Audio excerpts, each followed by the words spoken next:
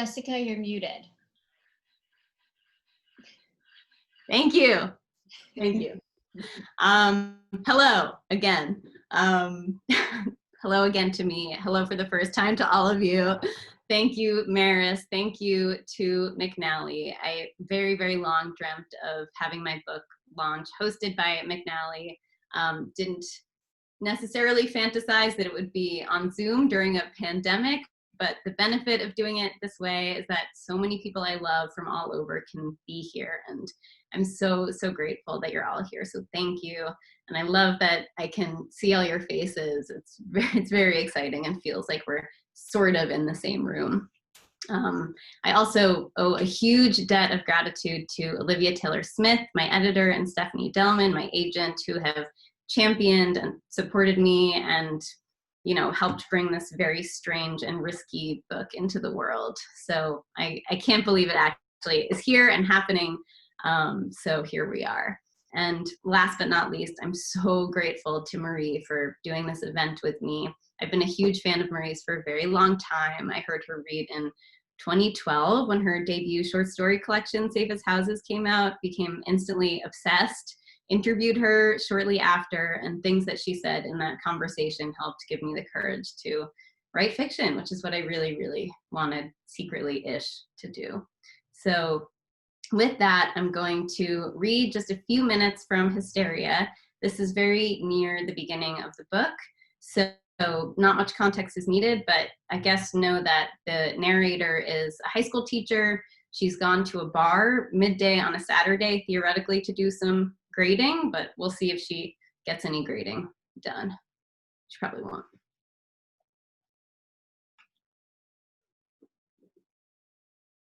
The back patio of the bar was a series of long picnic tables, fences thick with ivy. Potted plants rimmed the edges of the concrete floor. Strings of lights were draped across, lit even though it was day. A little storage nook had been built into the left-hand side, where one length of fence overlapped the other. The mops and buckets stored there were almost hidden behind a series of small trees. I scanned the space, steeped in wan autumn daylight. A few men sat on the tables themselves, their boot-clad feet on the benches, women hovering nearby, hands stuffed into pockets. I felt a twinge of panic, unable to locate a safe place to sit and grade. There was a free table right in the middle, but I wanted to look casual, not like I was showing off. But crossing toward me now was Dominic, whom I hadn't seen for at least a year, since college. It was almost unreal that he'd be here, yet this was Brooklyn, I was discovering, a graveyard come to life. We left things on a not-so-good note. I supposed I'd maybe blown him off, but he seemed to have forgotten all that, or at least forgiven me, his face broken open with warmth. He was more attractive than I'd remembered, black hair sweeping down over his forehead. He walked toward me, confident, unhurried. I mirrored his expression, smiling, my face soft. I blinked long and slow, quiet confidence we were communicating something. Fancy meeting you here. How about that? We found each other again after all this time. I kept that expression on my face as he walked past me. He wasn't looking at me at all. He was looking toward another girl, one he was now kissing. He had his hand on her hip. She flitted her eyes up at him. She tipped her drink toward him. He took a sip through the straw and scrunched his nose, said something probably about how it was too sweet. She laughed and swatted him on the arm. He kissed her again. The hot lava of mortification bubbled up in me. Who in this bar had witnessed my foolish open face, my starved smile, like I wanted to consume him? Dominic, I called to prove I really did know him. He didn't hear.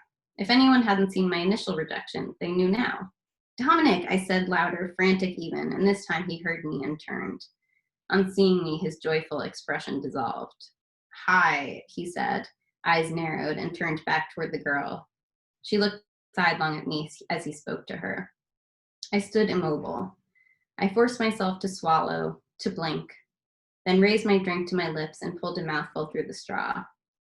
I plastered a calm, beatific expression on my face, looked out toward the patio's back fence, pretended I was thinking items of depth and nuance rather than staving off tears. My fingertips pressed hard into the folder as if for sustenance. I remembered the weeks we'd spent in college, talking late into the night on his dorm room bed, him tracing my forearm with his nail so lightly up and down. He'd had me close my eyes and walked his fingers from the wrist up the tendon that emerged there, all the way into the crook of my elbow. There, I'd say, when I thought he'd reached the ridge, but when I opened my eyes, he was always inches away from that margin of skin. After we'd finally slept together, I noticed for the first time that his gums showed when he laughed, like he was a scared animal. I noticed his arms were skinny and weak, like a rag doll's. I noticed that he was barely taller than me, that he had a birthmark on the tip of his nose I'd never seen before. His lips had been the softest I'd ever tasted, and until that night, I'd hungered for them, but afterward, they felt far too soft, like they threatened to swallow me whole. All at once, he disgusted me, and I couldn't bear to return his calls, so I didn't. I saw him across campus a week or two later and changed direction to avoid crossing his path. I thought he hadn't seen me, but maybe he had. Anyway, he refused to talk to me after that, so it was really more like he'd rejected me. I retreated to a corner near the door to suck down the rest of the drink. It really was bad, but when I reached the bottom of the glass, I dug the straw between the ice cubes to get those final droplets. My limbs went limber, the muscles of my neck released. I closed my eyes and felt around the inside of my mouth with my tongue.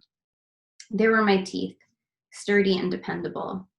There was the palate where my tongue lived, which it nestled against when it went to sleep at night. I drew the tip of my tongue down the ridge in the middle, then back again. I felt a gaze burning into me, but when I opened my eyes, there was no one staring. I looked across the patio. I felt empty and forlorn. Dominic and his little girlfriend were gone, who knows where. There were two guys with half-drunk pints, the glasses sudsy, at the table nearest me, but they were already eyeing a blandly pretty girl down the table. She was sitting with a slightly less attractive version of herself, whom she surely brought around with her as a point of comparison. In the back corner, a rangy guy in faded jeans sat on top of a table with his friends, feet on the bench, cigarette hand hanging limply over his knee. A big, bumpy man knee. That hand, that knee. I knew all knees must be the same, but only men's knees seemed to point downward in those sharp, seductive V's. Torture to behold.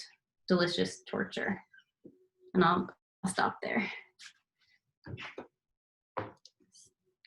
Yay. Yay! Thanks. So good. Hooray for Hysteria Day, finally. It's here. Thank you. That was lovely. I love how that has something that happens over and over again in the novel, which is like something that looks really good, attractive, and shiny from the outside that she just completely decimates and falls out of love with completely after she consumes it. After she just takes it and consumes it and then just eradicates it. It's so good. It's so good. I'm so glad it's here. Congratulations, Jessica. Thank so you. Many years of work. So many years. So I just want to remind, so relatable, someone said. Yes, so relatable. I just want to remind everyone that you can throw your questions in the group chat. I'm going to keep my eye on them for after we chat a little bit. But yeah, can we start from the outside in? Can we talk about this beautiful cover that works this way and that way? How did this gorgeousness come about? So I was told by Steph, my agent, that this was probably the easiest cover discussion in history.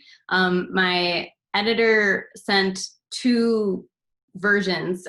Jay and Nicely at Unnamed Press, who's a genius, had designed two possible covers. So this, exactly as it is, was one of them. I saw it and I thought, holy shit, this is perfect. I mean, it's just objectively, I think, gorgeous as a, it uses this beautiful painting by Zhao Wang, but it's a detail that's been upside down. The original painting is right side up. The font is perfect, but it also just seemed to get the tone of the novel so well. I felt like it really encapsulated what the book was about. So I got this and another also very beautiful, but not this, mock-up. Kind of knew it was the right thing, slept on it to be responsible, talked to my agent the next day, and we were both like, yeah, this is it. We have no changes, it's perfect, and I couldn't be more grateful. I think it's just such a beautiful book. Wow, you really lucked out then. I know. First one, no changes. All it took was a night of sleep. Wow. And was it always called Hysteria? No, it went through a number of iterations of the title. Hysteria was something that my agent and I, when she was about to submit the book, kind of both made a list of many, many possible titles. And that was the one that we like both had. And we went with that. Yeah.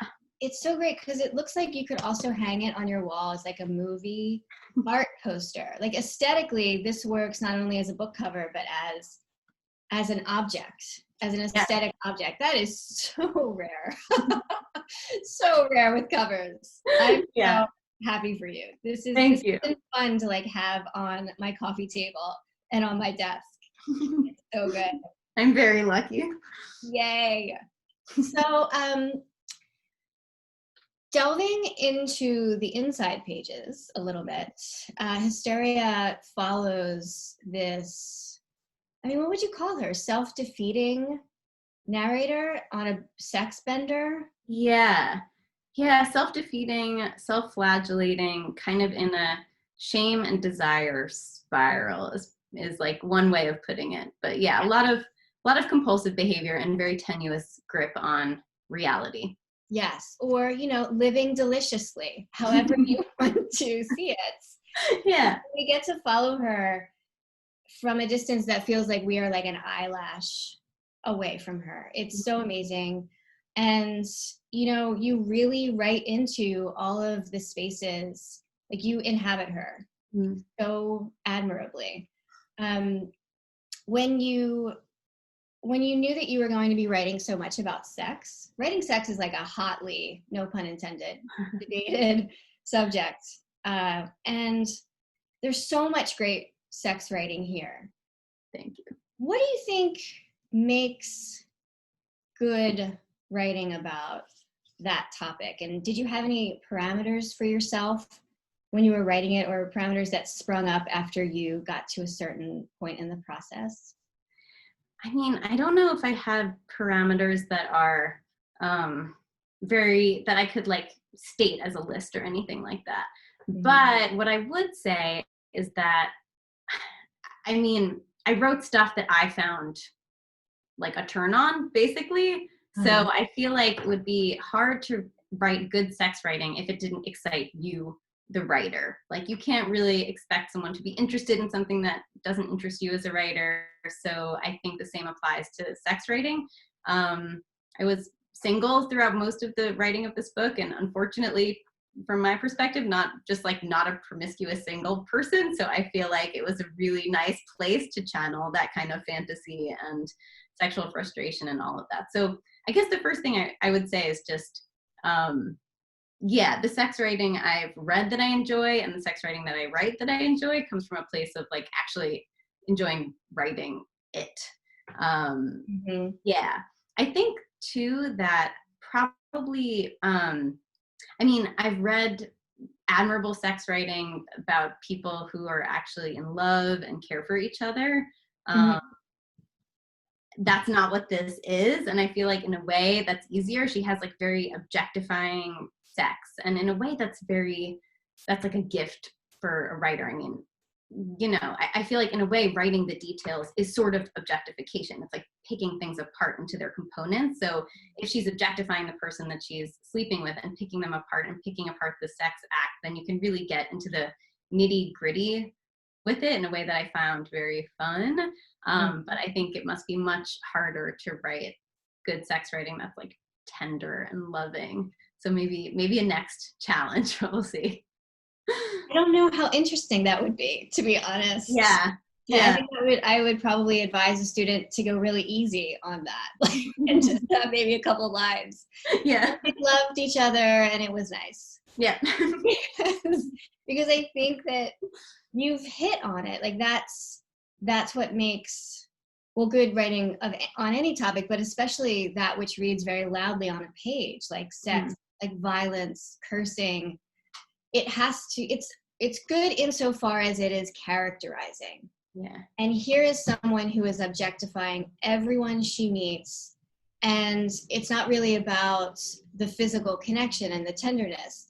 It is about what she can get, the next moment she can get to because she has used this person to get there. Mm-hmm. And that's the quietly revolutionary thing about this book. I have degrees in books where a man does that.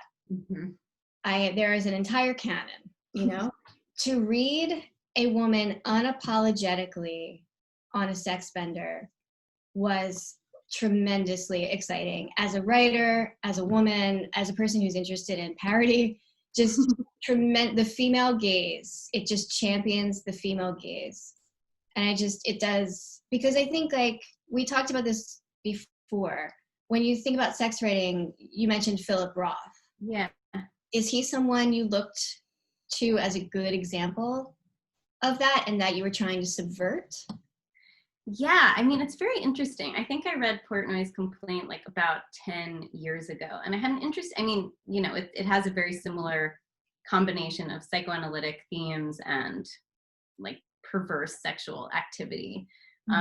And a lot of people levy the charge of misogyny against Philip Roth. But when I read it, interestingly, my reaction was more like, I want to do that too. I can't believe it can be done. And I mean, I guess this is a lucky fact of my upbringing or something, but I thought, well, I'll do that then. And so it was very exciting to invert it. But yeah, I feel like when I first read it, it was more revelatory than necessarily angering to me. I just thought, okay, this can be mine too. That's interesting. I read the Rabbit Run books in a vacuum and then went to a class where he was completely destroyed by my classmates. And I too had, I think just because he's actually a good writer, there's that excitement because he uses words in an interesting, surprising way. He also referred to a woman's mouth as a dumb slut in one of those Rabbit Run books. But I was like, this is great. As a writer, I can do that too. And then when it was put into the proper perspective for me, I was like, I can't wait to like destroy this idea. Yeah, absolutely. I mean, I think there's power in the inversion, but also, I mean, I wouldn't condone objectification in the way that my narrator practices it any more than I would from a man's perspective. I feel like anyone who's objectifying other people this viciously is probably objectifying herself most of all, and it's like cruel in any case. But there is some potency to it when, you know, the power structure is turned on its head. So I really enjoy that. Was it fun to write? It was so much fun. It was so fun. It was also scary. I mean, I was very lucky to be writing it in an MFA program because, you know, it was a safe place to, I like remember submitting a sex scene very early on. I was like, oh God, I'm going to be eviscerated. Like, you just imagine all the comments that you're going to get, and to have encouragement, like, okay, you can keep doing this, want more of this, or even like weirder. There's no way. I mean, there's some pretty like strange stuff in here, and there's no way I would have had the courage to do that without the support of my classmates and professors at the new school. So I'm very, very grateful for that. And also for, you know, I think at a certain point it's helpful to just like forget that a broader world is going to read it. But today's that day, so hooray. Hooray, hooray. Yeah. Yay for generous, good readers. Yes. What was the biggest change? Did you have to eventually make a big change? Or oh my God, I made so many big changes in revision. It was a very different, at the very beginning, I conceived of this as a novel where the narrator's father dies. She goes to Vienna to investigate his heritage and hers. Then randomly Freud's just there. So she like meets him. Okay, so there's so many rounds of revision that happened between then and now. When the narrator lives in Brooklyn, she becomes convinced her bartender's Freud, but maybe he is, but you can also more easily read it as her own delusion or projection. Her father's very much alive and an interlocutor for her. So yeah, it just changed a ton along the way. But yeah, that was a big change semi early on. And then once I was working with Olivia, my editor, once the book was sold, we made, in response to her feedback, which was excellent, Freud became much more of a character throughout the novel, appearing in, places like parties and things like that, which I hadn't done before. And I'm so glad that I took him there. Can we talk about Freud for a moment then? Yeah. Because this is the other part that's just so delightful. Talk about subverting male influence. You objectify Freud and you do whatever you want to him, essentially, on the page. And it's so satisfying. It makes so much sense that he would get his due here, because his assumptions, his theories, his ideas about sexuality are obviously famous, also contested. Yeah. And it makes sense that they would become conflated with her own ideas about sexuality, but then to turn him, actual Freud, into the object of her desire, that was a really, what part of the process did that happen in? That's such a good question. And I love that reading of it. I mean, so I started the book in early 2016. I feel like when I initially conceived it, I mean, I guess I'll say from the outset that I'm an acolyte of psychoanalysis. It's, I owe it a great debt in my personal life. I'm also very intellectually interested in its concepts. And so at the very beginning, the narrator's father is a cognitive behavioral therapist, and more than anything concerned with symptoms, the eradication of symptoms, kind of disconnected from the emotional intricacies of his daughter's life. And so I had Freud as this sort of antithesis, the emblem of psychoanalysis, kind of invested in the deep roots of symptoms, where they come from, what's hidden in people's psyches. And yeah, I still think that what Freud did was genius, kind of conceiving of the human mind as something that's wildly complicated and largely obscure to us, even though it is us, and that takes years of painstaking excavation to even begin to understand, which is what the process of psychoanalysis is about.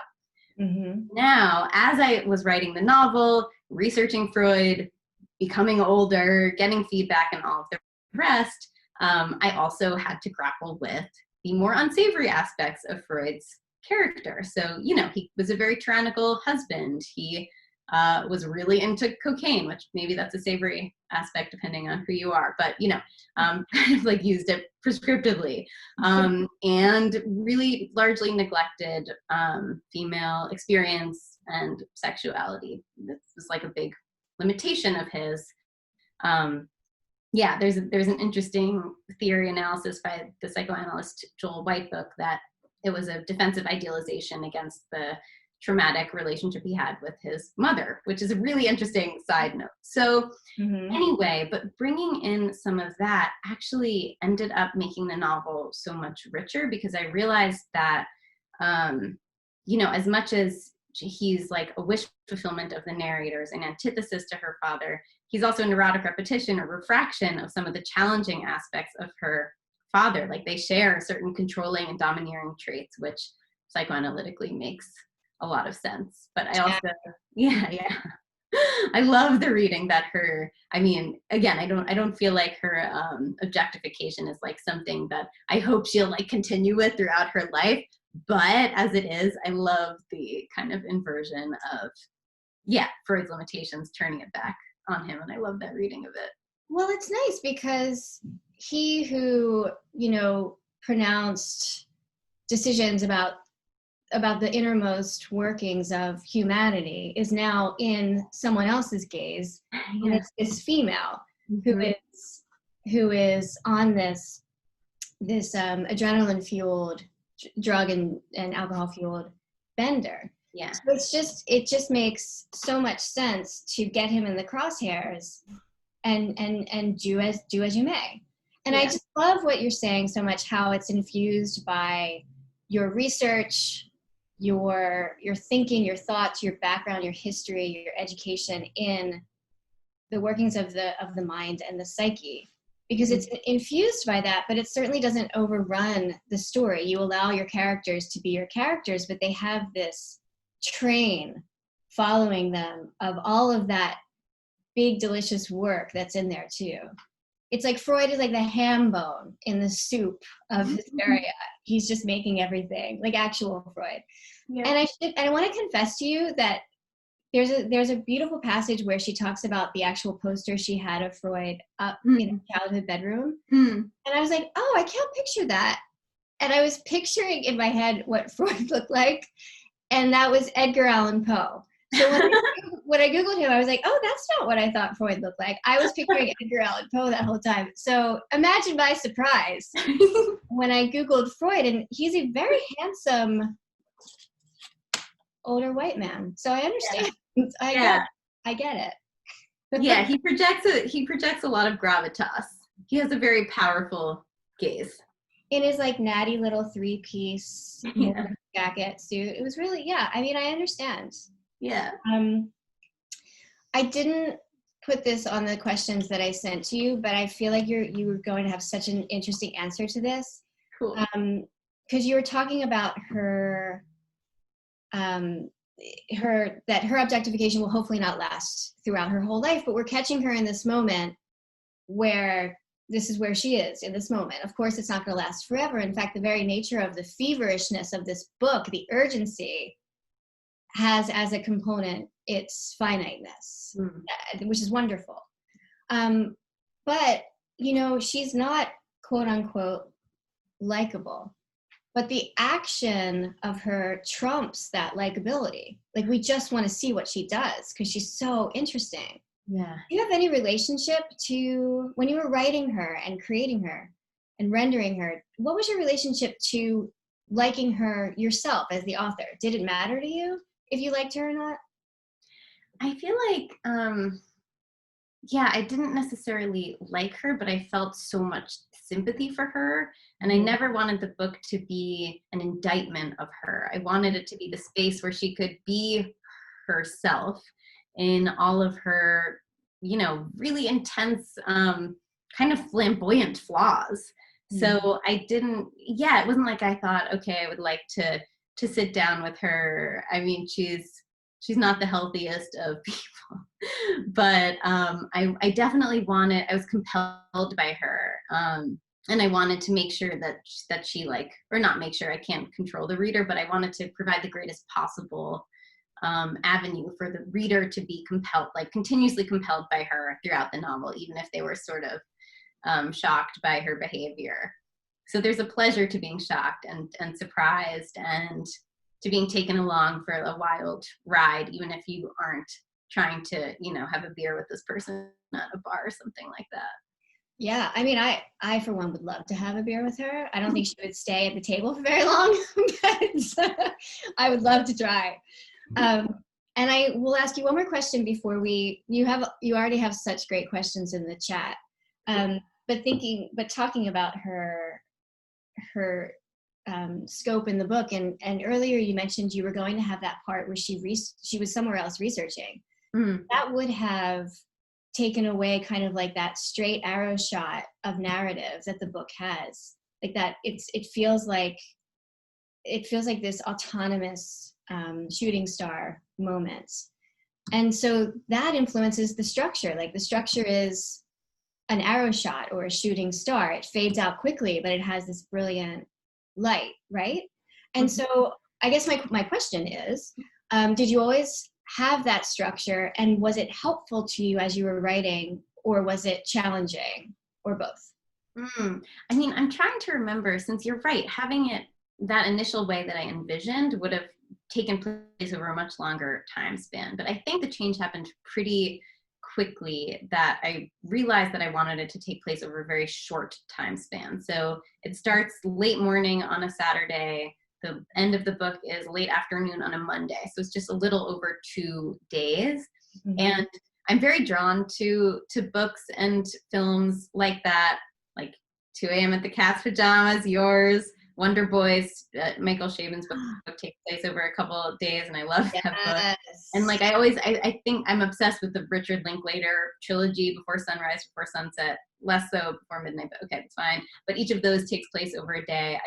I love that conceit of, I mean, obviously it's not actually real time. I mean, it doesn't take, 52 or whatever it is hours to read this book. There's not like pages and pages of her sleeping, but I'm really drawn to a structure that mimics the feeling of being with someone in real time, even though it's clearly not. So I think as for the writing, it was very helpful because, it was just like, okay, this happened, now what happens next? That happened, now what happens next? There weren't complicated time jumps. There's like flashbacks to the extent that they happen in her mind. She remembers things because we're so deeply embedded in her mind. But there wasn't the need to kind of play with time in a complicated way. That said, I mean, I wanted it to feel as though I wrote it in a big rush, but of course I absolutely did not. And making it feel that way required a tremendous amount of revision. So I had to keep going back and fleshing things out that I'd sort of like blah, blah, blah'd over in the writing, and then cut things out that were sort of dragging. And Olivia, my editor, has a real knack for knowing what needs to be fleshed out and what needs to be excised. There were like, lots of chunks in the track changes of the document, and I like didn't miss any of them. So, it wasn't that it didn't take work, but I found it felt very natural for this story to kind of give it a very compressed timeline and be hanging out with her really intensely throughout that time.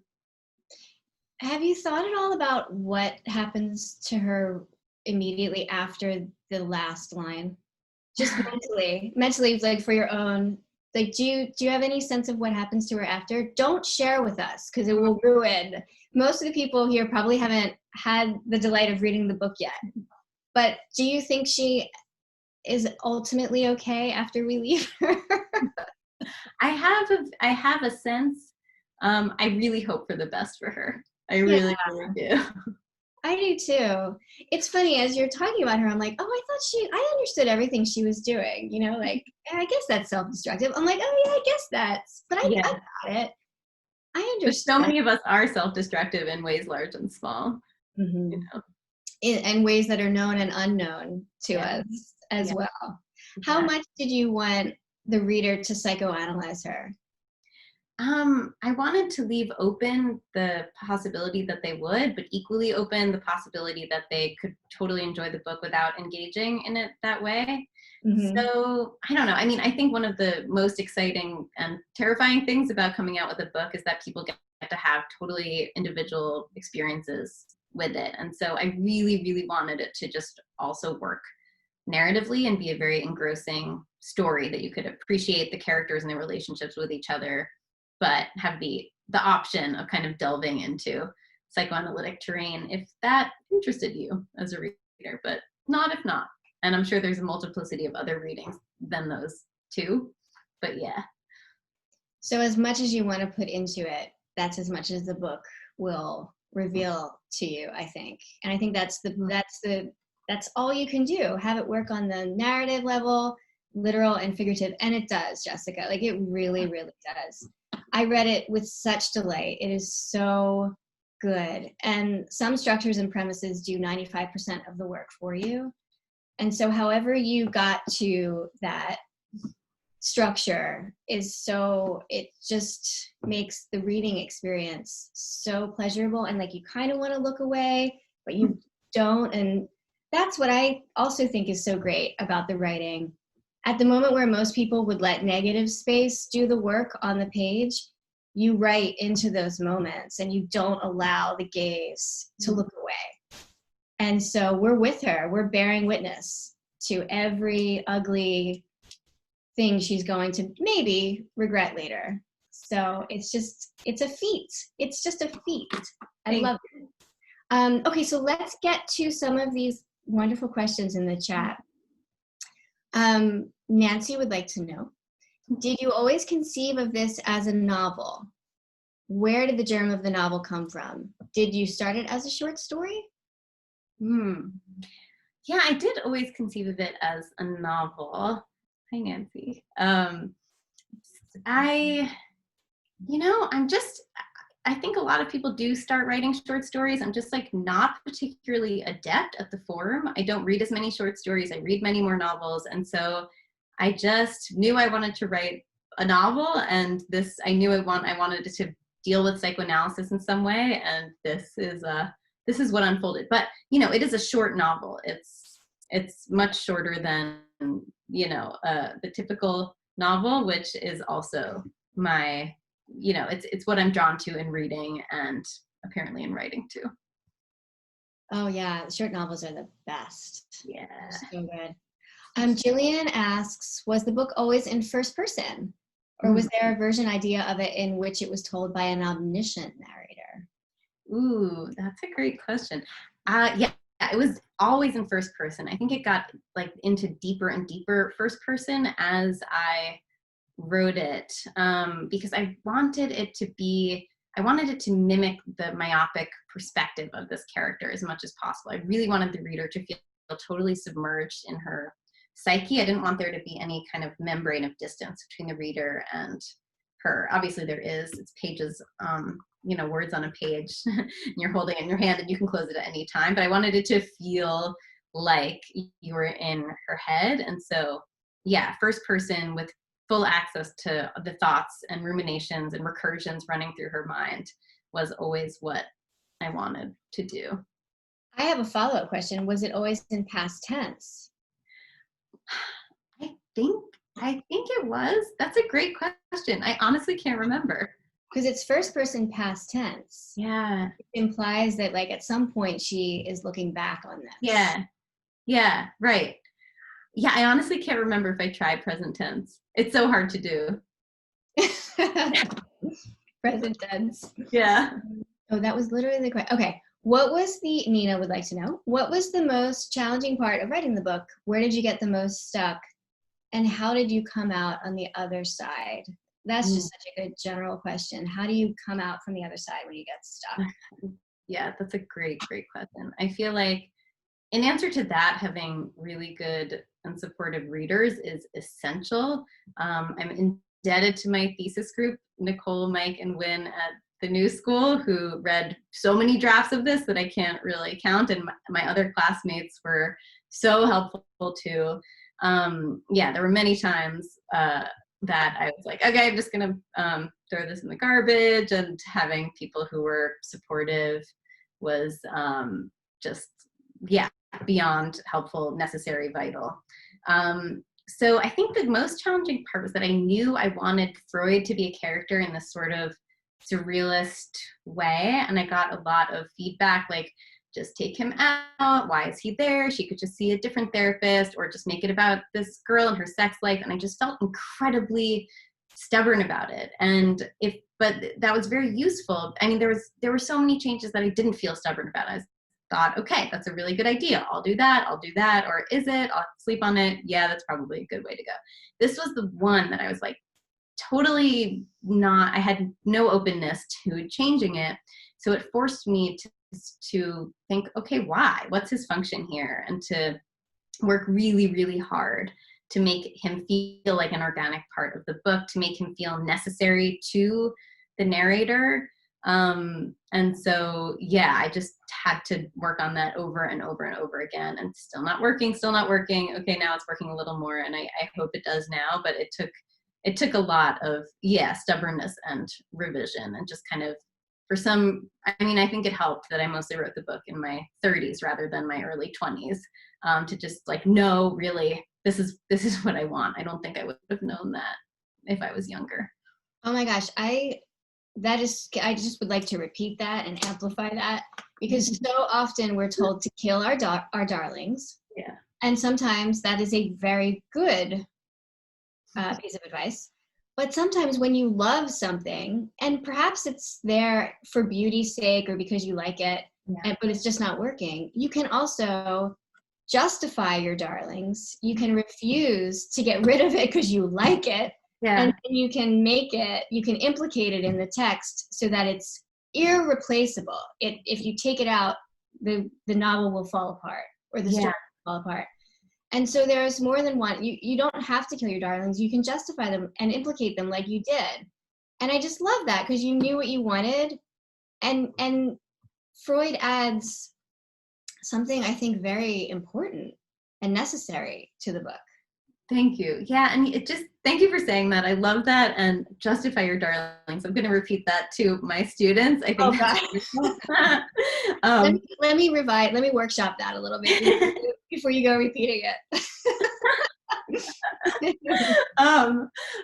But yeah, I just amen to everything you said. And good for you. I just knew that I wouldn't be that interested in writing it if he weren't there. Like, I just wasn't interested in writing just like a sexcapade novel, and that's that. I mean, there's plenty of that done better elsewhere already, and I just wanted to do something a little weirder, I guess.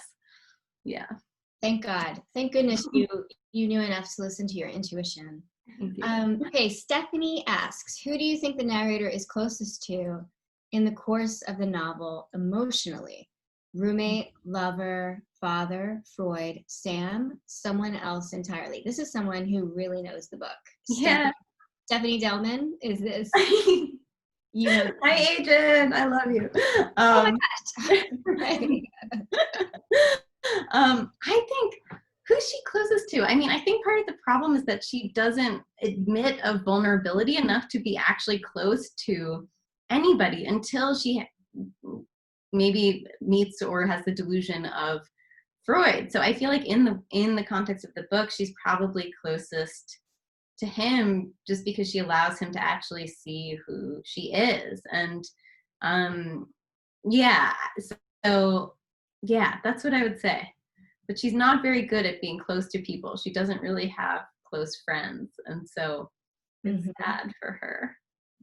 Maybe another point, if we dip back into her timeline later, maybe she will have close friends. But at this point in time, she does not. Yeah. Oh, I love this question from Miriam. How do you think of Freud's concept of hysteria and its relationship to your character? Do you have your own definition of hysteria? Ooh, Miriam, you're so smart. That's a very, very good question. I hope I can come up with as smart of an answer.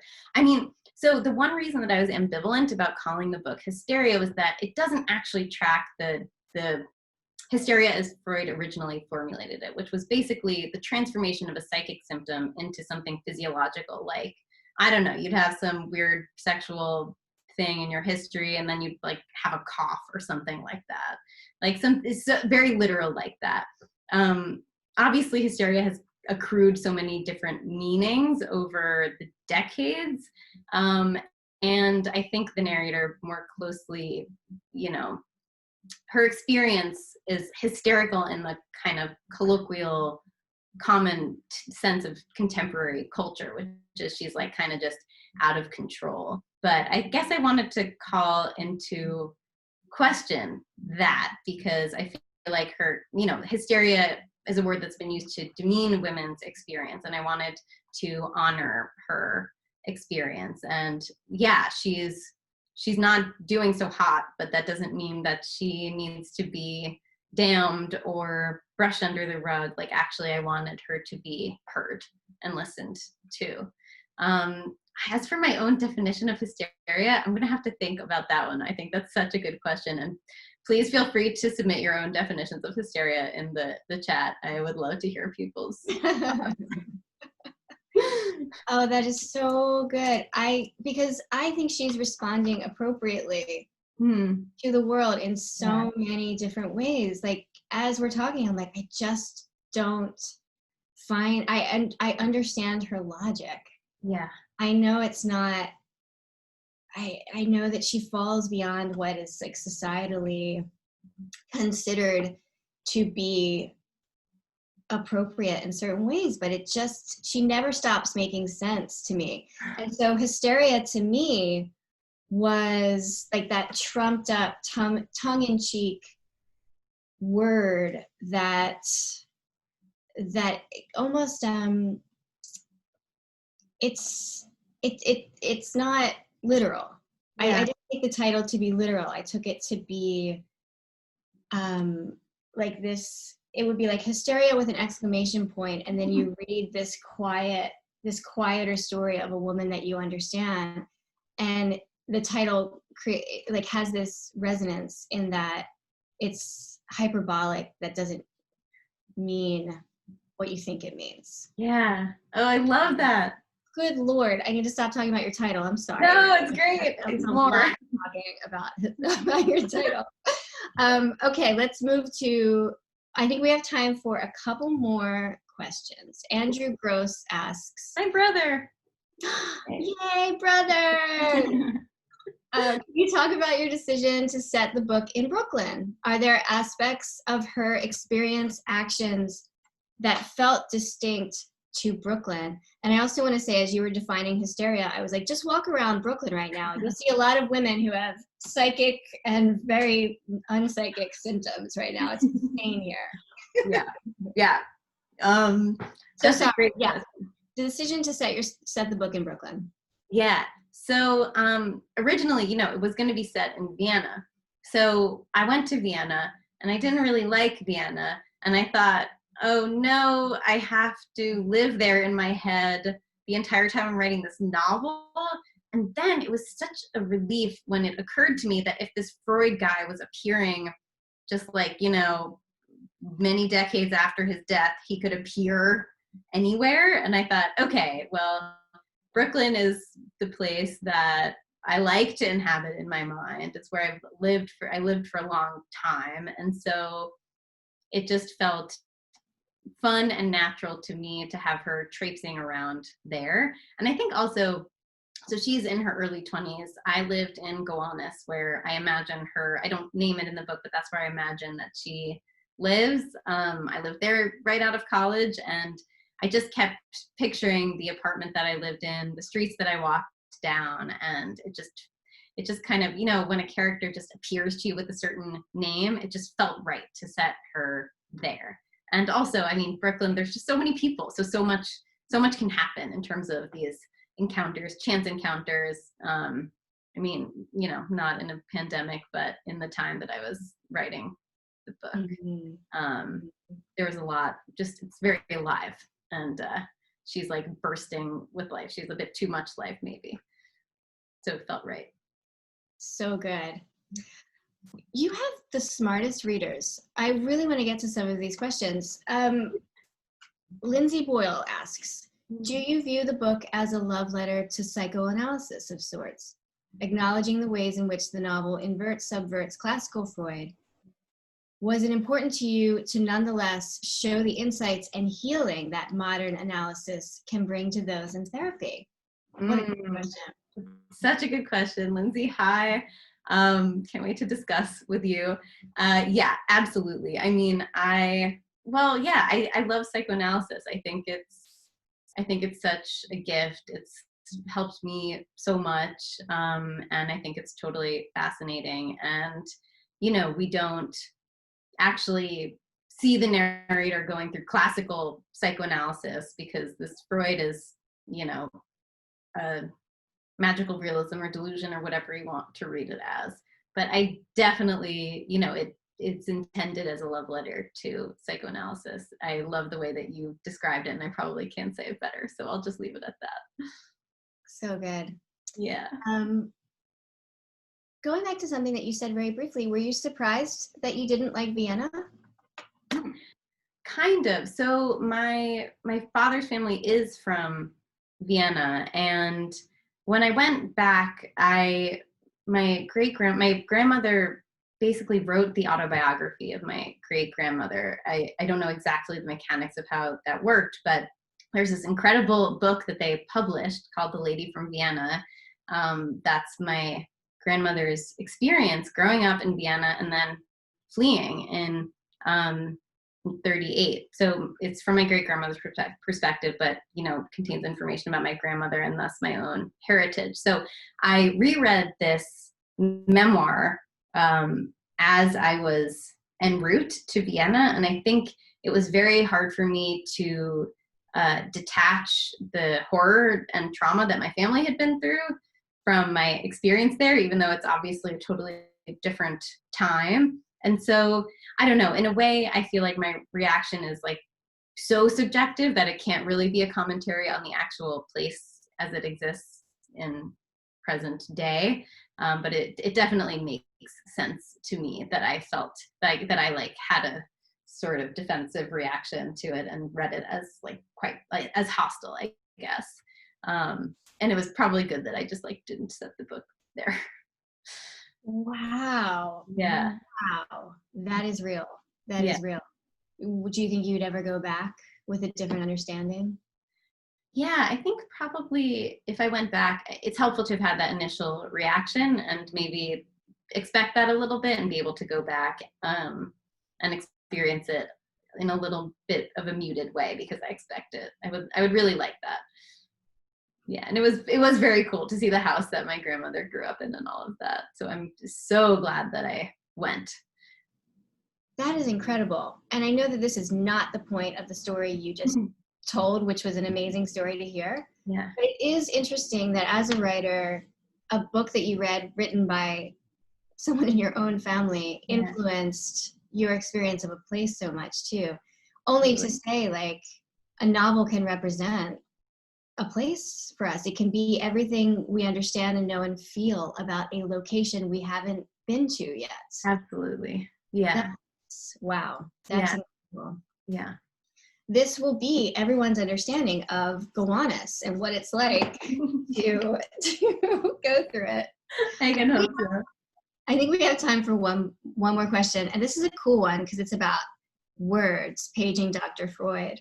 From Molly. I noticed that the word pursed was used frequently throughout the book.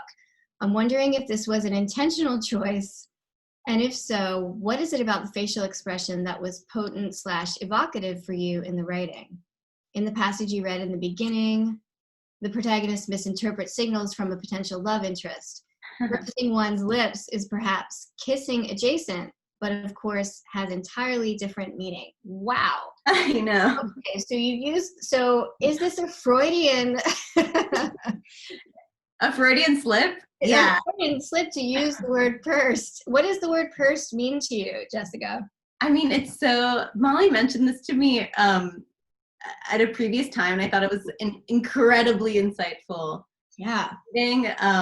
Such an amazing detail to notice. So I didn't like consciously intend to use the word pursed, but I feel like it makes total sense that unconsciously it's woven throughout the narrative because the narrator is sort of, maybe paranoid is too strong a word, but maybe not. I mean, she definitely sees the world as a hostile place. And yeah, I feel like I love that sort of pursed can be kissing or have this hostile energy. And that flip side, I feel like speaks so much to her experience of the world. She's like searching, she thinks, for connection, but actually misperceiving everything as hostile energy. And it becomes it because of the way that she interacts with people. So yeah, seeing these pursed lips everywhere seems to me such a good representation of her experience of being in the world, kind of fearing everybody.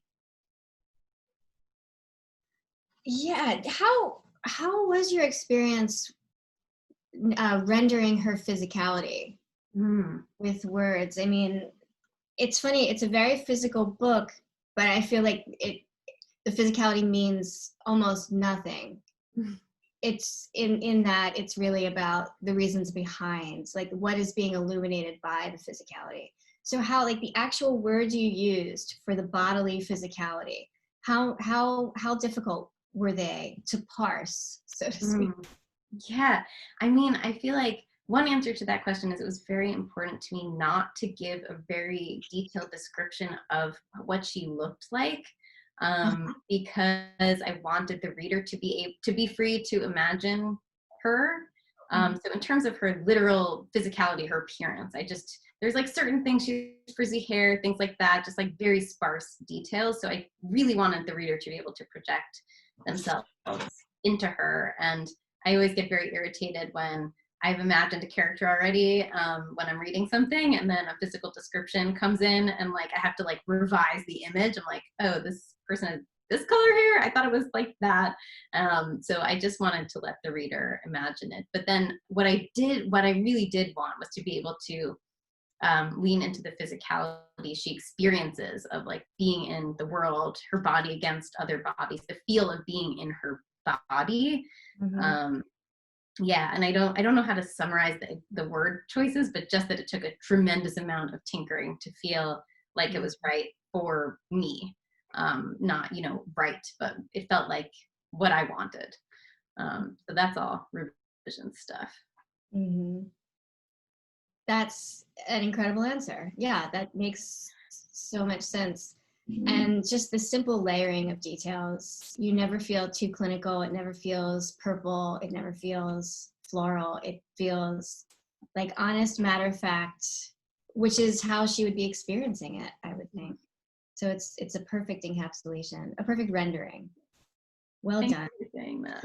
So I think we are out of time. I'm waiting for Maris to come with the hook. And hello. I didn't want to see you were both fascinating and wonderful, and I didn't want it to end, but thank you both so much for this wonderful evening. Thank you for being an incredible audience.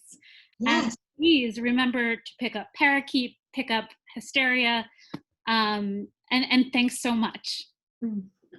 Thank you all. Great to see you.